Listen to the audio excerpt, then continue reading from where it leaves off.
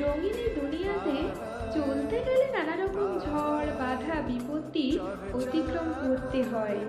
ছন্দময় বিচিত্র জীবনে লড়াইগুলো লড়তে হয় একা। জীবন সংগ্রামের কঠিন পথে আন্দোলনটা একান্ত নিজের।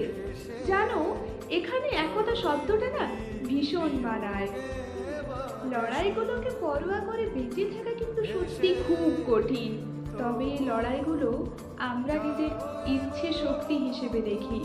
কবি হুমায়ুন আহমেদ বলেছেন, একা থাকাটা কোনো দুর্বলতা নয়, বরং একা থাকতে পারাটা একটা যোগ্যতা, যেটা সবাই পারে না।